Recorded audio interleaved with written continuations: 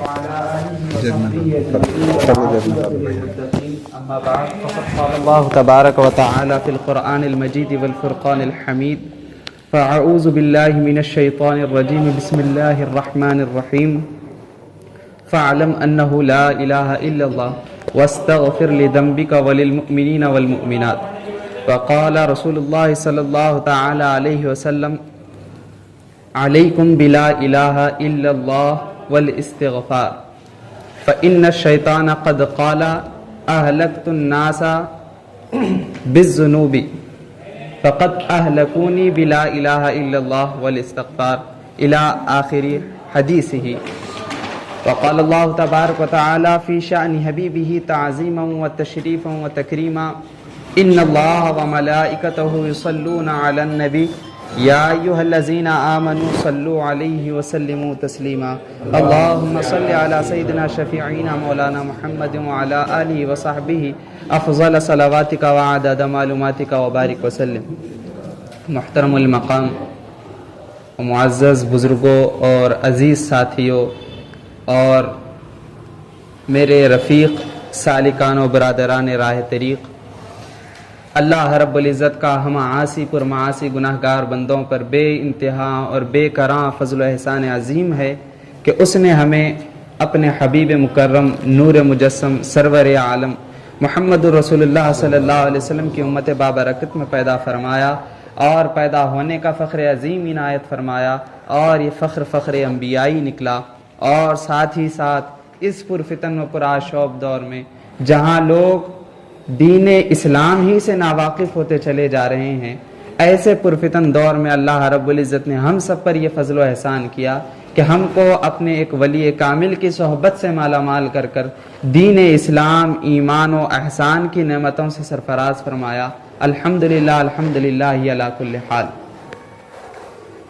ابھی میں نے خطبے میں جس آیت کریمہ کی تلاوت کا شرف حاصل کیا، اس میں اللہ رب العزت ارشاد فرماتے ہیں کہ جان لو کہ اللہ کے علاوہ کوئی حاجت روا نہیں ہے، اور اپنے گناہوں کی بھی مغفرت چاہو اور مومن و مومنات کی بھی. اور ایک حدیث مبارکہ کو بھی پڑھنے کی سعادت حاصل کی، جس میں حضور پاک صلی اللہ تعالی علیہ وسلم ارشاد فرماتے ہیں: علیکم بلا الہ الا اللہ والاستغفار. تم اپنے اوپر کلمہ طیبہ لا الہ الا اللہ کو اور استغفار کو لازم اور ضروری کر لو. حدیث مبارکہ کا سب سے اولاً ترجمہ عرض کرتا ہوں. حضور پاک صلی اللہ علیہ وسلم ارشاد فرماتے ہیں کہ تم اپنی ذاتوں پر لا الہ الا اللہ اور استغفار کو لازم کر لو.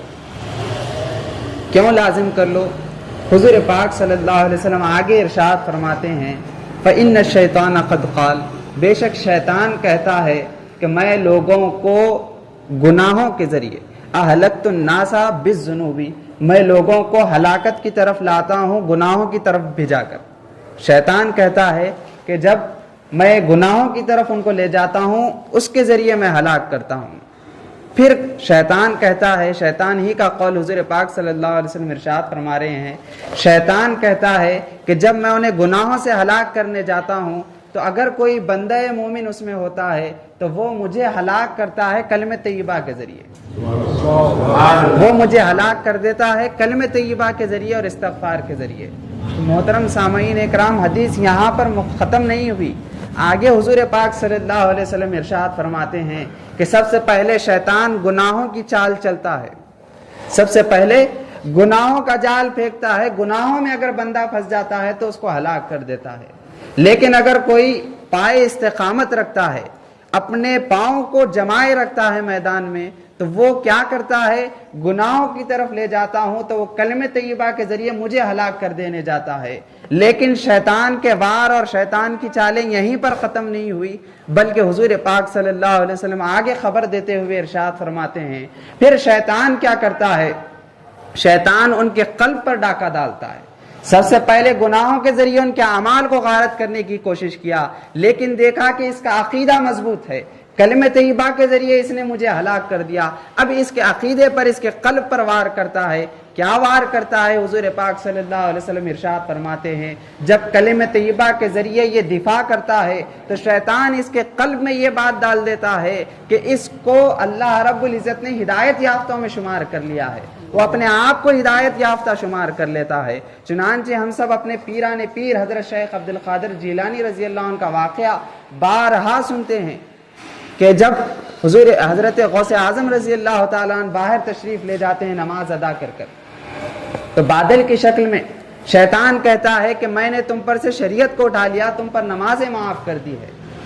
یہ حضرت شیخ عبد القادر جیلانی رضی اللہ تعالیٰ عنہ پر وسوسہ ڈالتا ہے، تو حضرت ارشاد فرماتے ہیں کہ نکل مردود، میرے نانا پر شریعت واجب تھی، ان پر جب ساقط نہیں ہوئی تو مجھ پر کس طرح ساقط ہوگی؟ یہ وار کر کر اس کو بھجا دیتے ہیں، لیکن پھر دوسری شکل میں شیطان آ کر کہتا ہے کہ اے شیخ عبد القادر جیلانی، تم کو تمہارے علم نے بچا لیا۔ پھر یہاں پر غوث پاک رضی اللہ تعالیٰ عنہ ارشاد فرماتے ہیں نکل مردود، مجھ کو میرے علم نے نہیں بچایا بلکہ اللہ کے فضل نے بچایا ہے۔ محترم سامعین کرام، کلمہ طیبہ جو عین حضور پاک صلی اللہ علیہ وسلم ارشاد فرما رہے ہیں کہ تم پر کلمہ طیبہ لا الہ الا اللہ کو لازم کر لو، لیکن حدیث پاک پر غور و فکر کرنے کی ضرورت ہے۔ حدیث پاک میں یہ نہیں کہا گیا کہ جب شیطان اس کے قلب میں یہ بات ڈال دیتا ہے کہ میں ہدایت یافتہ ہوں، یہ وار شیطان کر دیتا ہے، اس کے بعد کیا کرے بندہ مومن؟ یہ حضور پاک صلی اللہ علیہ وسلم نے آگے نہیں ارشاد فرمایا۔ کیوں ارشاد نہیں فرمایا؟ تو پھر مفسرین کرام نے، مدبرین کرام نے اس پر غور و فکر کر کر ہمیں بتلایا کہ بے شک حضور نے یہاں پر بات ختم کر دی کہ شیطان جب تم پر یہ وار کر دے کہ تم ہدایت یافتہ ہو، دوسرے گمراہ ہے، میں ہدایت یافتہ ہوں، جب یہ تم پر گمان آ جائے تو اس کے بعد کیا کرنا ہے؟ حضور پاک صلی اللہ علیہ وسلم نے ارشاد نہیں فرمایا۔ تو کیوں نہیں فرمایا؟ اللہ رب العزت نے حضور پاک صلی اللہ علیہ وسلم کو مبعوث کیا ہم میں۔ حضور پاک صلی اللہ علیہ وسلم ارشاد فرماتے ہیں بعثت بجوامع الکلم،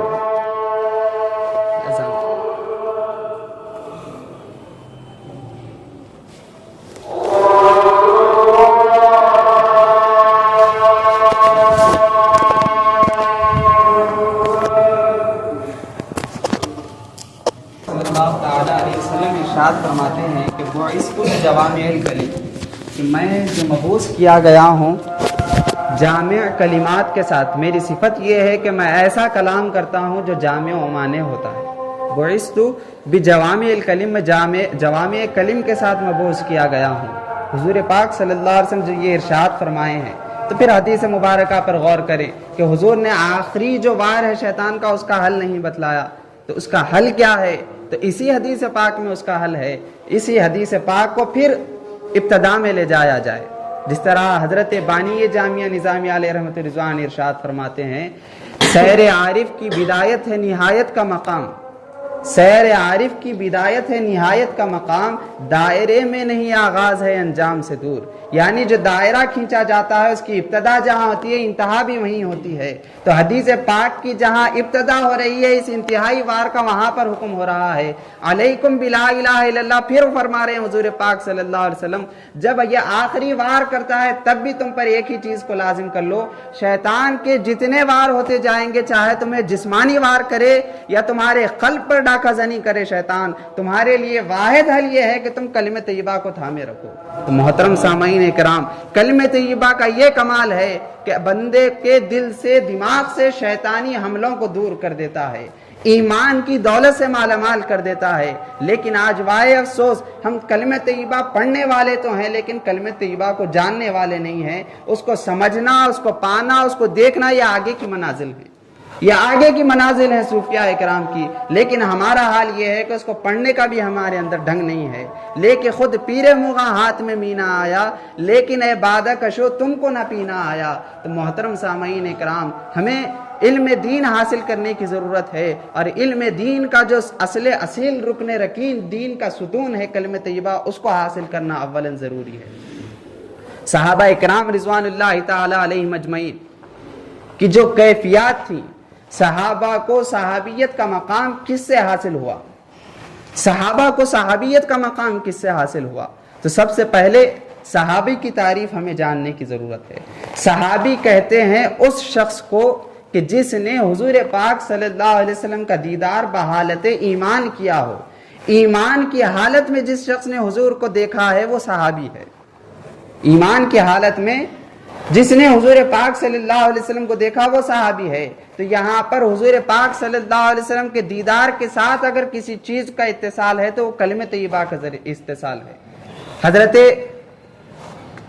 عبداللہ ابن عمر رضی اللہ تعالیٰ عنہ ارشاد فرماتے ہیں کہ ایک زمانہ تم پر ایسا آئے گا یؤذن المؤذن ویقوم الصلاة قوم وما هم بمؤمنین، یعنی ایک زمانہ تم پر ایسا آئے گا کہ مؤذن اذانیں دے گا اور ایک جماعت مسجد آ کر نماز کو قائم بھی کرے گی، لیکن یاد رکھو وما ہم بمؤمنین، ان کے دلوں میں ایمان کی دولت سے بہرور نہیں ہوگے، ایمان کی دولت سے بہرور نہیں ہوگے۔ جس طرح ابھی کہا گیا کہ کلمہ طیبہ اگر نہ ہو تو اس کی نماز نماز نہیں، اگر کلمہ طیبہ نہ ہو روزہ روزہ نہیں، اگر کلمہ طیبہ اس میں نہ ہو زکوٰۃ زکوٰۃ نہیں، کلمہ طیبہ اس میں نہ ہو حج حج نہیں ہے۔ محترم سامعین اکرام، جب اس کی اتنی اہمیت ہے تو اس کا حاصل کرنا کیوں ضروری نہ ہوا؟ حضور پاک صلی اللہ علیہ وسلم سے خطاب ہر عام مسلمان سے خطاب نہیں ہے۔ قرآن مجید میں جو فعلم جان کلمہ طیبہ لا الہ الا اللہ کیا ہے، یہ عام آدمی سے خطاب نہیں ہے، بلکہ یہ حضور پاک صلی اللہ علیہ وسلم سے اللہ رب العزت خطاب فرما رہے ہیں، اے حبیب مکرم صلی اللہ علیہ وسلم جان لو کہ اللہ کے علاوہ کوئی الہ نہیں ہے اور اپنے متبعین کی مغفرت طلب کرو۔ تو محترم سامعین اکرام، کلمہ طیبہ کا یہ کمال ہے کہ بندے کو اللہ رب العزت کے سامنے کامیاب ٹھہراتا ہے، کامیاب ٹھہراتا ہے۔ تو کس طرح کامیاب ٹھہراتے ہیں؟ اللہ رب سورہ عصر کی آیات مبارکہ کا ایک مختصر سا جملہ ہے، اس کی تشریح کر کر اپنی بات کو سمیٹ لوں گا۔ اللہ رب العزت ارشاد فرما رہے ہیں والعصر، زمانے کی قسم ہے، ان الانسان لفی خسر، بے شک تمام نوع انسانی خسارے میں ہے، نقصان میں اور گھاٹے میں ہے، الا الذین آمنوا وعملوا الصالحات وتواصوا بالحق وتواصوا بالصبر، مگر ان چار لوگوں کے جنہوں نے ایمان لایا، عمل صالح کیا اور حق بات کی وصیت کی اور صبر کی وصیت کی۔ تو آیت کریمہ پڑھ رہے ہیں لیکن اوپر سے گزر جا رہے ہیں، اس میں غوطہ زنی نہیں کی جا رہی ہے۔ حضرت علامہ اقبال رحمۃ اللہ علیہ ارشاد فرماتے ہیں کہ یہ قرآن مجید جو تمہارے ہاتھوں میں ہے فقط یہ جنازوں پر پڑھنے کے لیے نہیں آیا ہے، بلکہ یہ تسخیر کائنات کا نسخہ ہے۔ کائنات اگر تمہارے مٹھی میں آ سکتی ہے تو اسی قرآن کے ذریعے آ سکتی ہے، لیکن ہم نے اس سورے کو جس کے متعلق حضرت امام شافعی فرماتے ہیں اللہ رب العزت تمام قرآن کو اگر نازل نہ کرتا یا اگر قرآن نازل ہو جاتا اور محفوظ تمام قرآن نہ ہوتا، صرف یہ سورہ عصر کافی رہ جاتا، باقی رہ جاتا، تو تمام قیامت تک آنے والے انسانوں کے لیے راہ ہدایت کو کشادہ کر دیتا۔ کس طرح راہ ہدایت کو کشادہ کر دیتا؟ اس میں تمام قرآن کا نچوڑ ہے، حضرت امام شافعی فرماتے ہیں۔ مطلب زمانے کی قسم ہے، تمام نوع انسانی خسارے میں ہے مگر ان لوگوں کے جنہوں نے ایمان لایا۔ ایمان لانا سب سے اول شرط ہے، پھر عمل صالح ہے، وتواصوا بالحق۔ اللہ رب العزت یوں بھی ارشاد فرماتے ہیں سکتے تھے کہ وَتَأْمُرُونَ وَيَأْمُرُونَ بِالْحَقِّ، وہ حق بات کا حکم دیتے ہیں یا وہ حق بات کا اظہار کرتے ہیں، وَيَظْهَرُونَ الْحَقَّ، وہ حق کو اظہار کرتے ہیں۔ لیکن اللہ رب العزت یوں ہی ارشاد نہیں فرمائے بلکہ فرما رہے ہیں کہ وَتَوَاصَوْا بِالْحَقِّ، وہ حق بات کی وصیت کرتے ہیں۔ حق سے مراد یہاں پر صوفیاء اکرام کے نزدیک حق سے مراد کلمہ طیبہ لا الہ الا اللہ ہے۔ کلمہ طیبہ لا الہ الا اللہ کی وصیت کرنا تواصی بالحق ہے۔ وصیت کا لفظ اللہ رب العزت نے کیوں ارشاد فرمایا؟ تو وصیت کا یہ معاملہ ہے، ایک ہے نصیحت کرنا، ایک ہے وصیت کرنا۔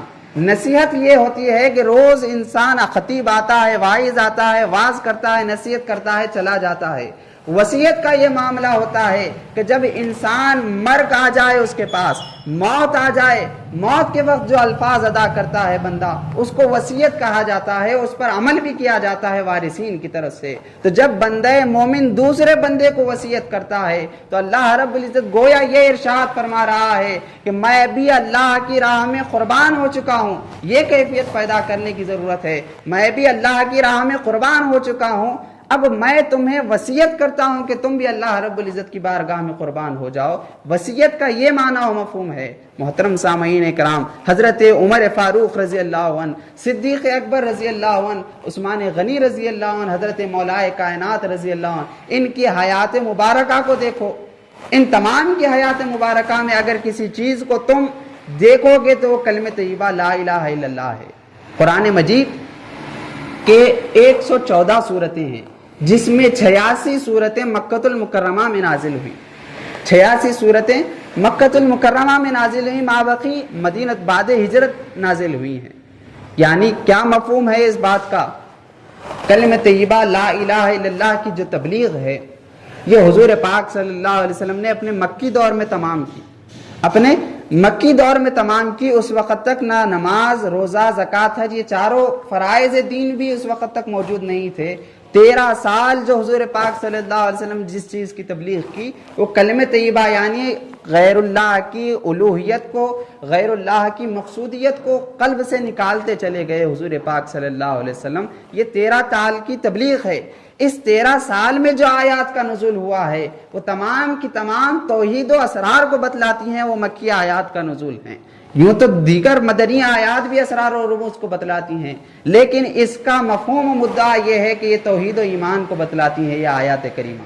تو محترم سامعین اکرام، قرآن مجید کی تلاوت کو ہم اپنا معمول بنائیں اور حضور پاک صلی اللہ علیہ وسلم کے احادیث کو پڑھنے کا ہمارا معمول بنائیں، تاکہ ان کی جو زندگیوں میں کلمہ طیبہ کے رنگ تھے، انہوں نے جو ایمان حاصل کیا تھا، وہ ہم تک بھی پہنچ جائے. اور اللہ رب العزت سے دعا گو ہوں کہ یا الہ العالمین، جس طرح شیطان کے مقائد اور مکاریوں سے اے اللہ ہماری حفاظت فرما، ہمارے ایمان کو اس کی ڈاکہ زنی سے حفاظت فرما. حضور پاک صلی اللہ علیہ وسلم کا فیضان ہمارے شامل حال فرما.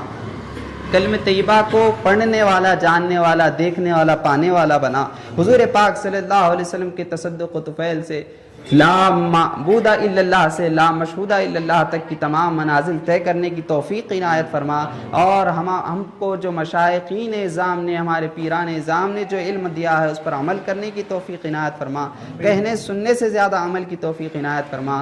سننے والوں سے زیادہ کہنے والے کو عمل کی توفیق عطا فرما. حضور پاک صلی اللہ علیہ وسلم کے تصدق و طفیل سے ہمیں گناہوں سے معافی عطا فرما، گناہوں سے خلاصی عطا فرما، اور ہمیں جسمانی قلبانی تمام امراض سے حفاظت فرما. حضور پاک صلی اللہ علیہ وسلم کا فیضان نصیب فرما. وصلی اللہ تعالی علی خیر خلقی محمد وعلی آلہ وصحبہ اجمعین، والحمد للہ رب العالمین بحق لا الہ الا اللہ.